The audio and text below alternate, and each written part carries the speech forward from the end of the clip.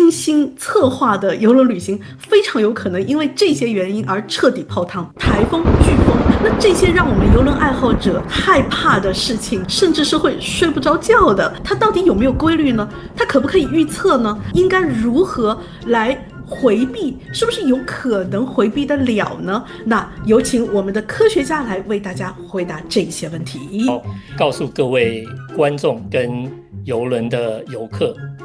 你有时候觉得，我一定要住套房，我一定要有阳台，我一定要有窗。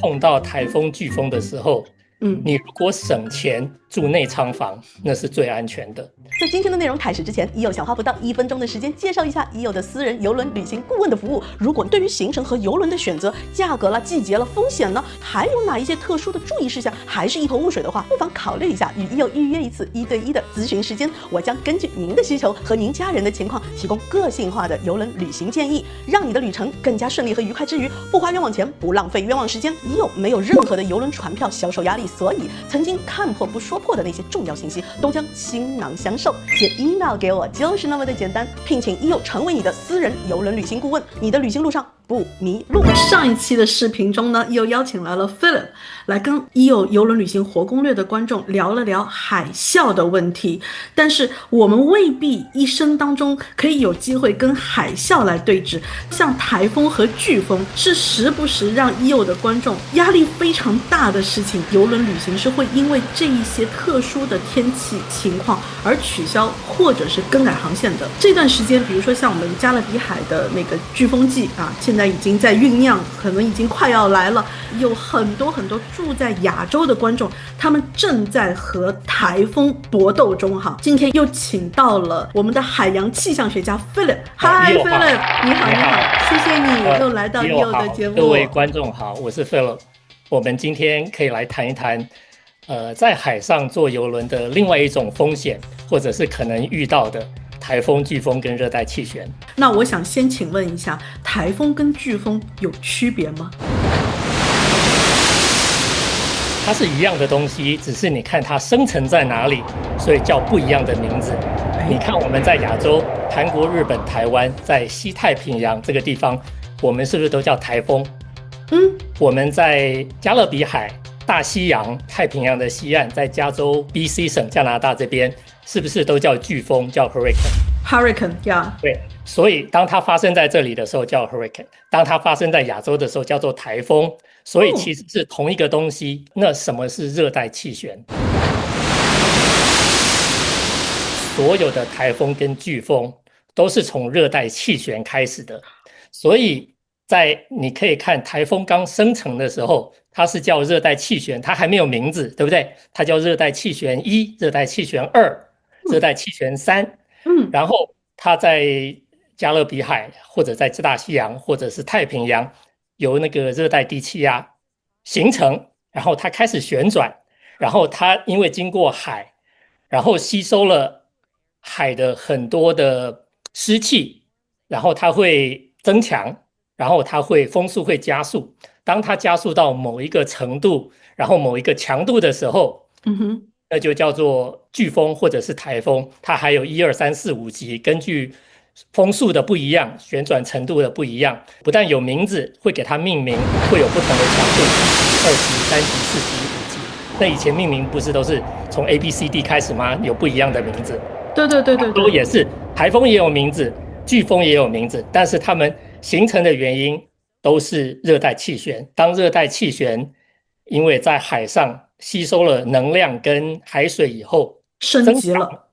变强，风速变强，然后能量变大，变得越来越快，然后要登陆了，那个时候就叫飓风或者叫台风。所以其实是一样的东西，只是因为它在不一样的区域或海域，我们给它不同的名字。那又讲到区域和海域，虽然它有不同的名字，但是给我们造成的破坏力是一样的。那有没有这一种规律哈？当然，又在我之前的视频当中有特别提到加勒比海海域的飓风季哈，那包括东南亚，我们刚刚提到的亚洲的地区的台风，我不是搞科学研究的，我只是凭借我在这个行业待的时间够久，见到的场面够多，来 break down 了一个可能的一个规律。但是我觉得今天既然科学家在这边，我很想很郑重的代表我频道的观众来问一下科学家。EO，你可能从你很多年的经验，跟可能一般的观众也是这样认为，说飓风跟台风大概都是夏季嘛，不就7、8、9月吗？天气热，其实不是天气热，是因为海水热，海水水温高，所以台风容易形成，而且容易增强，然后雨量可以增多，所以没有错，季节的确是7月、8月跟9月，但是在加勒比海或者是大西洋或者是太平洋，海洋大气总署的官方公布，所谓的 Hurricane Season，飓风季节6月到11月，一年有半年是有可能，而且频率还蛮高的飓风季节，所以你要有心理准备，从6月开始一直到11月底，都有可能发生飓风。但是最多次数的应该是在现在这个时候，7月、8月、9月，因为海水的温度很高，对，那热带气旋容易加速或者是增强为飓风，是这个原因。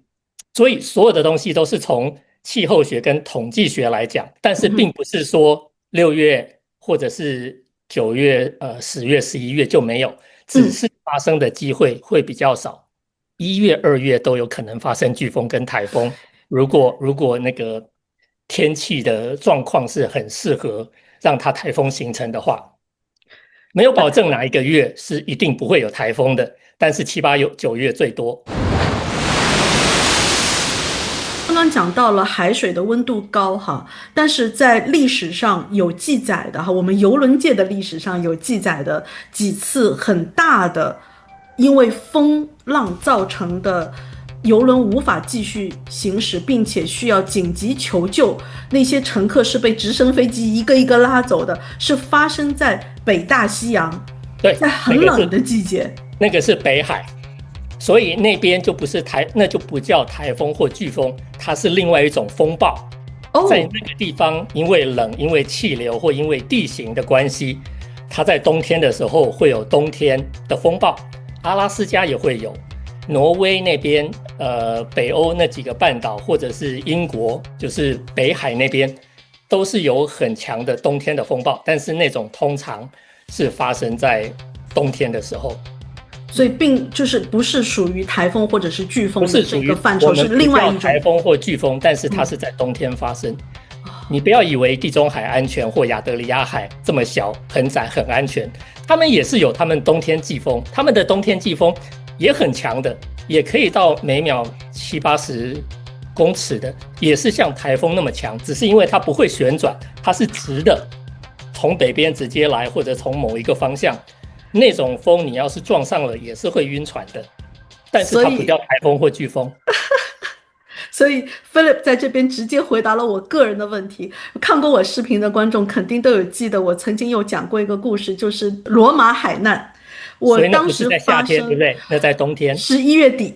对发生的，然后直接那个浪大到是把那一艘游轮的那一个 engine 给打爆掉，对，就到这样的一个程度。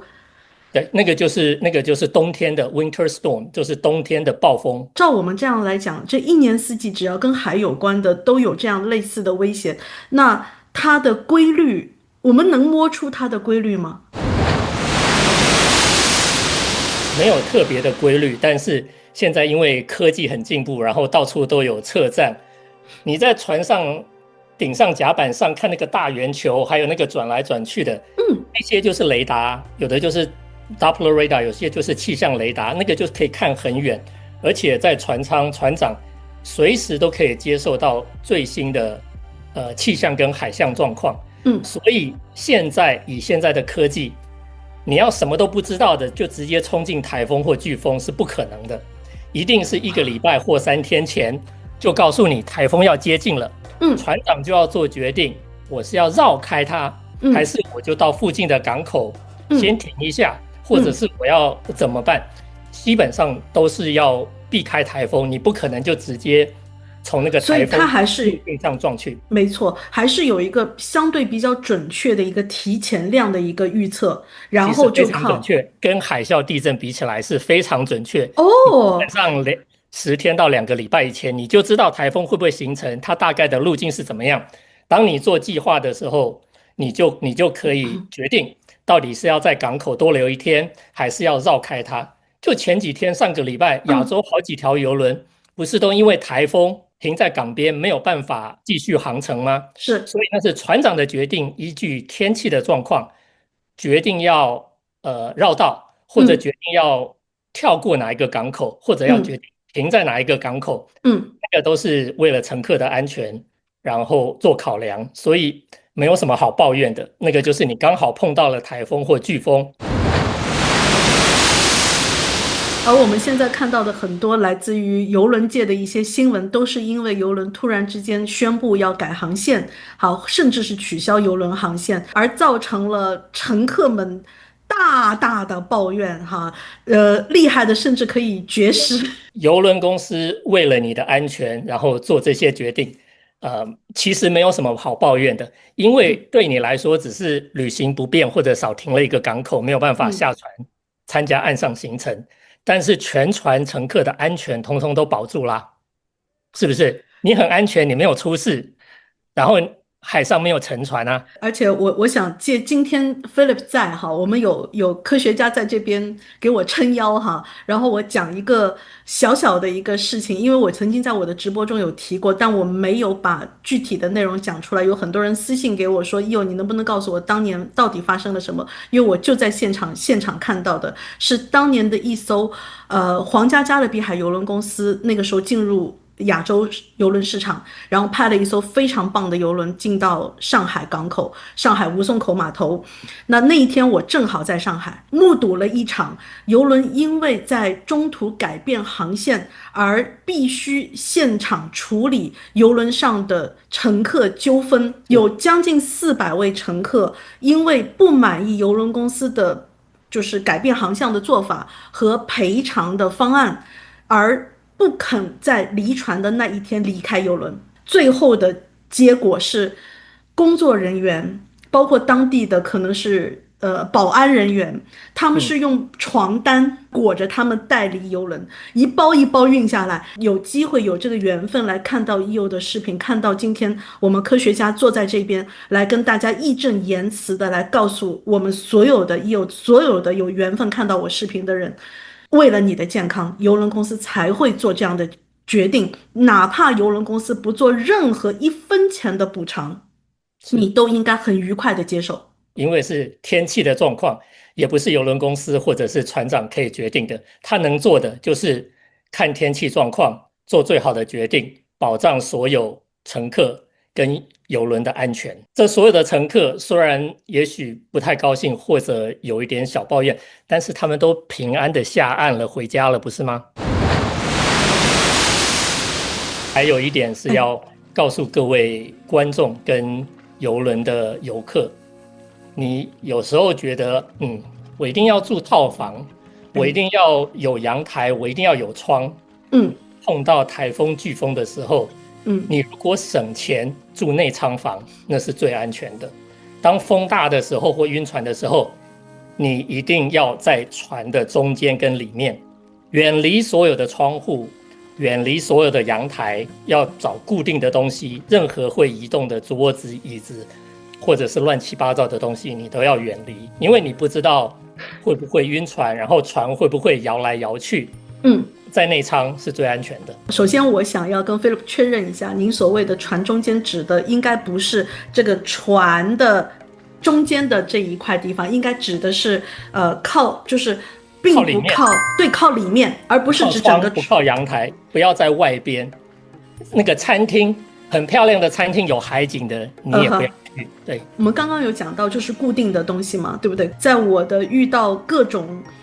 海上突发事件的现场。我曾经在2月份的加勒比海有遇到过一场大的，算是一个风暴，然后持续了1天1夜之久。那当时我就不好彩选了一间阳台房，而我需要半夜起床顶住我的阳台，那个风已经大到把我的阳台都吹开的地步，就半夜都不能睡觉的顶住。而我在那个罗马海难的那一瞬间，我的第一个感觉是我被抛离了这张床，因为半夜的时候发生的。当我重重的摔回床上的时候，我耳边听到的全是很多很多东西打翻在地的声音，打翻打破，对，这些东西都是我的个人用品。而邮轮本身，在邮轮上的床也好，包括柜子，包括抽屉，它的陈设都是固定的定死的，对，这个是规定的。但是如果说我们接到了一些有风浪，或者是遇到飓风也不确定是不是100%能够躲避得掉的情况下，那我们可能是需要做一个动作，是把我们的一些个人散碎物品对，去放进抽屉里面放进你的箱子里面包包里面，特别是你特别怕摔破的东西，是真的是非常有。包括我们的可能是今天晚上睡觉之前是有在浪中睡觉你正在颠簸中，那可能我们的比如说脱下的眼镜你的手机就可能要放进你的床头柜的抽屉里面。你要防止你自己不被那些掉下来或动来动去的东西砸到受伤。 Philip 的这个论点也是帮大家来省这个钱。如果你对于你这一趟航线是否遇到风浪，或者你已经闻到风声了看到风声了，有可能会遇到这样的风浪的情况下，那你是不是就省赶快换就去找那些内舱乘客，你说我给你换房间，他们肯定很开心免费我给你换房间住。而且在我那一场罗马海难的之后，我们在邮轮上就是内部消息就是在 engine 爆掉的那一瞬间，其实在某个楼层的阳台是有被直接打碎玻璃的情况。对，当风够强的时候，阳台的玻璃或船上的玻璃是会被打碎的。那像你的罗马海难还有地中海好几起，其实都是在冬天，有的11月，有的1月，有的2月，算是冬天的风暴。还有北海或者是挪威那附近那种冬天来的风暴，它不叫台风，不叫飓风，可是风速也都是非常强的。Philip 有在那个极地探险邮轮上工作过的经历就在极地探险的那些邮轮上的阳台房，现在造的老800年前造的不算现在造的它都是封闭型的阳台房。所有 Viking 的探险船没有阳台房，它都是按一个钮，像法式阳台那样子。对 ，French balcony。对，全部都是一个大玻璃，但是上面一半你按钮是可以整个开下来的，你可以接触到外面。比如说我们大众化邮轮里面最早开始造这种房间的是 Celebrity 造了 Infinity Veranda， 他说是阳台房，很多人因为拿到这样的阳台房而拼命的投诉，说这到底是不是个阳台房，我明明买的不就是阳台房吗？而且这种窗它是会根据天气的情况由船上官方来确定是不是 lock 住它。对，你自己想，如果是遇到风暴的情况下，你想把它打开，你都是开不了的。你开不了，这种窗子其实最安全。你如果住到这种，算是你运气很好的。我们在选择航线，知道它的风险。EO的视频里面有讲到挪威峡湾的时候，就有很多人冲着挪威，并不是为了去看峡湾，而是想要去看极光。那邮轮公司的确是有安排，很多家邮轮公司都有安排在9月份之后。10月份甚至是11月份有走挪威，但是看极光的航线。那在这种情况下，可能我们在选择房间上可能需要动动脑筋，需要自己做一下取舍。不要在天气恶劣的季节去，但是没有保证你在另外的季节一定不会碰到，都是有可能的。因为它形成的时候很快，它有没有增强或者是有没有变大，你不晓得，然后它走到哪里你也不知道，很难预测。通常我们没有办法做超过10天或2个礼拜的预测，但是它快接近的时候，船长知道怎么躲，船上有足够的仪器，然后可以随时看卫星的图片来避开飓风或台风的中心。但是因为它那个半径都非常大，通常都会被，就算你避得再远，你也会被扫到台风尾，或者是被那个很远过来的涌浪会小小的晕船，但是基本上会是安全的，因为你已经避开了那个台风风速最大的地方，或者雨量最大的地方。曾经有在我的频道中有提醒过我的观众，那如果你们会很害怕某一些地方它可能会遇到一些大的风浪哈，或者是因为飓风也好，因为台风也好，那尽量选择那些靠岸比较密集的航线，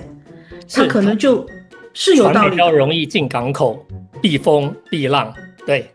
那是正确的。但是海啸来的时候一定要往外海。对，不要忘记我们上一集的内容，海啸的问题。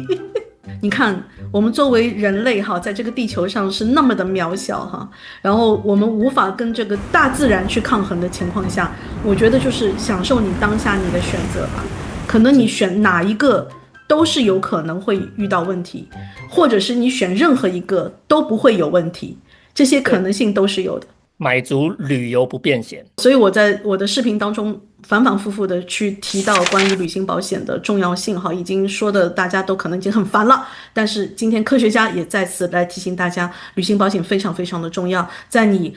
不可预测的情况发生的时候，能够补偿你丢失的损失，最直接的就是保险公司给你的赔偿。但是有很多我的观众来问我各种各样地方看到的保险，其实万变不离其中。甚至最近有人跟我留言说，我买机票的那个网站它有提供旅行保险，那这个旅行保险值不值得买？第一，他没有告诉我是哪个网站；第二，其实不需要告诉我是哪个网站，我只提醒大家一件事情，就是说你要去搞清楚他赔什么，你要搞清楚他赔的东西是不是适合你，管他是哪里提供的保险，总之是真的能够赔得到你的，这才是好保险。台风跟飓风从现在开始只会越来越多，越来越频繁，而且越来越强烈。因为气候的改变，我刚刚有提到，热带气旋的形成，它是要从海里面吸收所有的水汽跟能量，才会加速，才会增强，然后雨量才会变多。那你想想看，基本上我们刚刚说7、8、9月最多最频繁，因为7、8、9月海水都最高。